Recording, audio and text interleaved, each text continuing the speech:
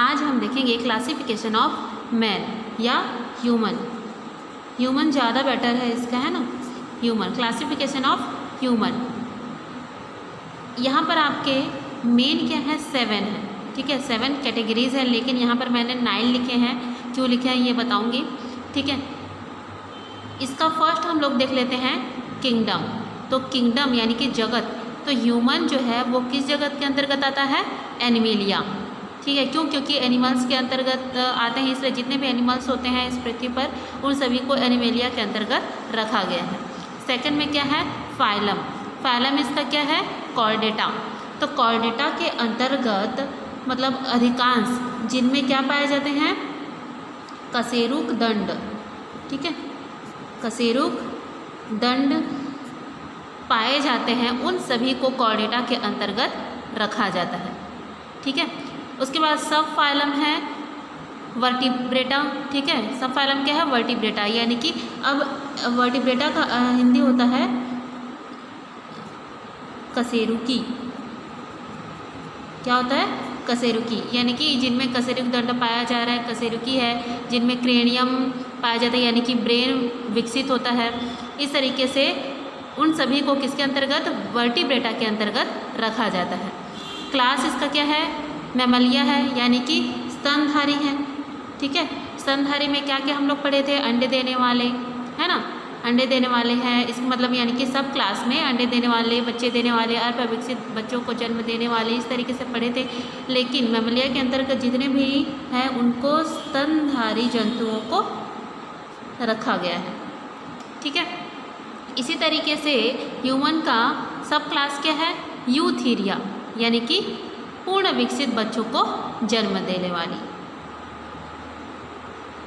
अगला है order. Order के अंतर्गत क्या आ जाता है, प्राइमेट्स।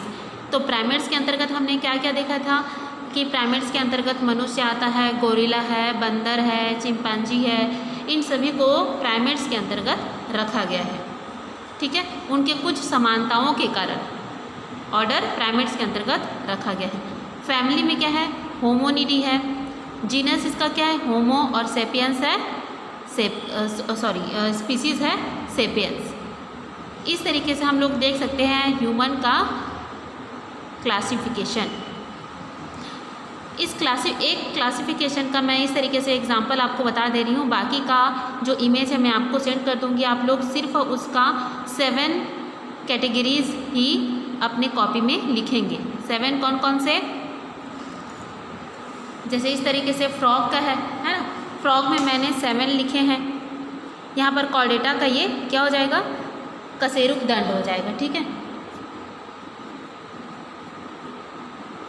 कशेरुक दंड, इस तरीके से ये 7 ही आपको लिखने हैं, बाकी को ध्यान देने की ज़रूरत नहीं है।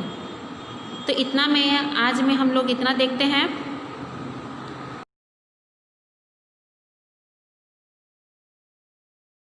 अगला हमारा टॉपिक है नॉमेनक्लेचर ऑफ लिविंग बीइंग, जीवधारियों का नामकरण। क्या है, जीवधारियों का नामकरण, कि किस तरीके से जीवधारियों का नामकरण किया जाता है, कौन कौन से नियम हैं, ठीक है, कौन कौन सी पद्धतियां हैं जिनको इनके नामकरण के लिए दिया गया था। चलिए उसको देख लेते हैं। सबसे पहले ये देख लेते हैं कि नॉमेनक्लेचर क्यों आवश्यक है। ये जो नेचर है इसमें लाखों प्रकार के प्लांट, एनिमल्स पाए जाते हैं, जिन्हें अनेक देशों, जो राज्य हैं, जो स्थान हैं, है ना, स्थानों में मतलब विभिन्न नामों से उनको जाना जाता है। और ये जो नेम होते हैं वो लोकल नेम कहलाते हैं, ठीक है। मतलब ये जगह वाइज रहता है, यानी कि जैसे लैंग्वेज अलग अलग है, ठीक है। लैंग्वेज अलग होने के कारण या फिर भिन्न स्थानों पर भिन्न नाम से उनको जाना जाता है। एग्जाम्पल के लिए हम देखते हैं, जैसे घरों में पाई जाने वाली जो गौरैया होती है, चिड़िया, ठीक है, गौरैया जो चिड़िया होती है, इसको उत्तर भारत में गौरैया के नाम से जाना जाता है, ठीक है। उत्तर भारत में किस नाम से जाना जाता है, गौरैया। उसी तरीके से आंध्र प्रदेश में इसे पिच्चुका के नाम से, हॉलैंड में इसे मुंज के नाम से, जापान में सुजून के नाम से, इंग्लैंड में हाउस स्पैरो के नाम से इसे जाना जाता है। देखिए इसे अब अलग अलग जगह पर, मतलब चिड़िया वही है, गौरैया ही है, लेकिन स्थान परिवर्तित हो रहा है, जिसके आधार पर इनको उनके लैंग्वेज के आधार पर अलग अलग नाम से जाना जाता है। अतः यह आवश्यक हो जाता है कि जो एनिमल है, प्लांट है, उनको एक ऐसा नाम दिया जाए जिसे अंतर्राष्ट्रीय स्तर पर जाना जाए, जिसे हम साइंटिफिक नेम कहते हैं। इस समस्या के निदान के लिए कैरोलस लिनियस ने जीवधारियों के नामकरण की आधुनिक पद्धति, जिसे द्विनामकरण पद्धति कहते हैं, इसे प्रस्तावित किया। अब हम देख लेते हैं कि जीवधारियों के नामकरण के क्या लाभ हैं। तो इसके नॉमेनक्लेचर के दो लाभ हैं। पहला एडवांटेज है इसका कि इससे विभिन्न स्थानों पर पौधे की पहचान एवं अध्ययन में सुविधा होती है। ठीक है, मतलब हम लोग किसी भी जगह में जाते हैं तो इस नाम के माध्यम से हम उस पौधे को आसानी से पहचान सकते हैं और साथ ही उनका क्या है, अध्ययन भी आसानी से किया जा सकता है।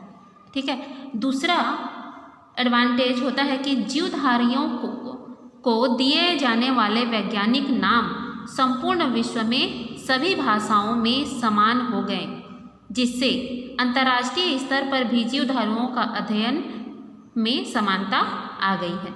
यानी कि ये जो वैज्ञानिक नाम दिए गए हैं ये सभी लैंग्वेज में लागू होगा। ठीक है, मतलब अगर कोई मराठी है, गुजराती है, इंग्लिश है, तो अगर वह मान लीजिए बायो पढ़ते हैं और उसमें नॉमेनक्लेचर ऑफ लिविंग बीइंग पढ़ते हैं तो उनमें भी सेम नाम रहेगा। जैसे कि क्या है, यहाँ पर हमने क्या है, ह्यूमन का पढ़ा, तो ह्यूमन का क्या होता है, होमो सेपियंस होता है। तो वो चाहे लैंग्वेज जो भी हो, लेकिन वो ह्यूमन का क्या है, मतलब जो वैज्ञानिक नाम है उसको होमो सेपियंस ही पढ़ेंगे। फ्रॉग का क्या होता है, राना टिग्रीना होता है, तो उसको भी वो राना टिग्रीना ही पढ़ेंगे। ठीक है, तो इस तरीके से ये क्या होता है, यूनिवर्सल एक साइंटिफिक नेम होता है। ठीक है, तो इस तरीके से इसके दो लाभ हो गए। अगला टॉपिक है इसमें सिस्टम ऑफ नॉमेनक्लेचर। ठीक है, नामकरण की दो पद्धतियां हैं। कौन कौन सी? फर्स्ट है बायोनॉमिनल नॉमेनक्लेचर सिस्टम, नामकरण पद्धति, और सेकेंड है ट्राइनॉमिनल नॉमेनक्लेचर सिस्टम, यानी कि नामकरण पद्धति।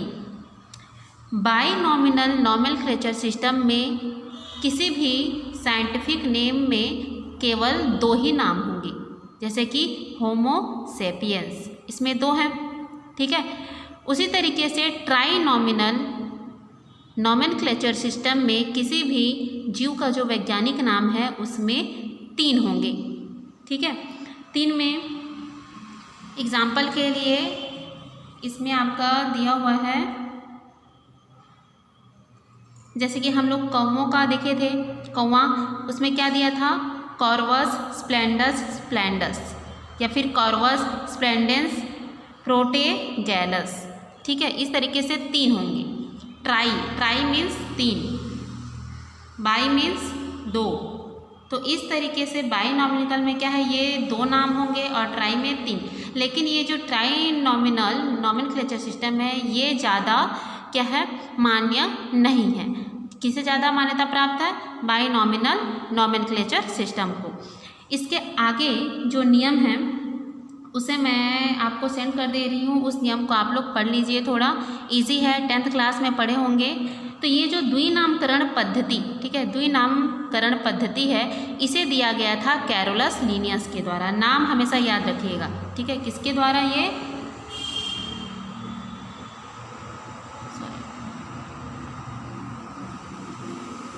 कैरोलस लिनियस के द्वारा दिया गया था। क्या दिया गया था?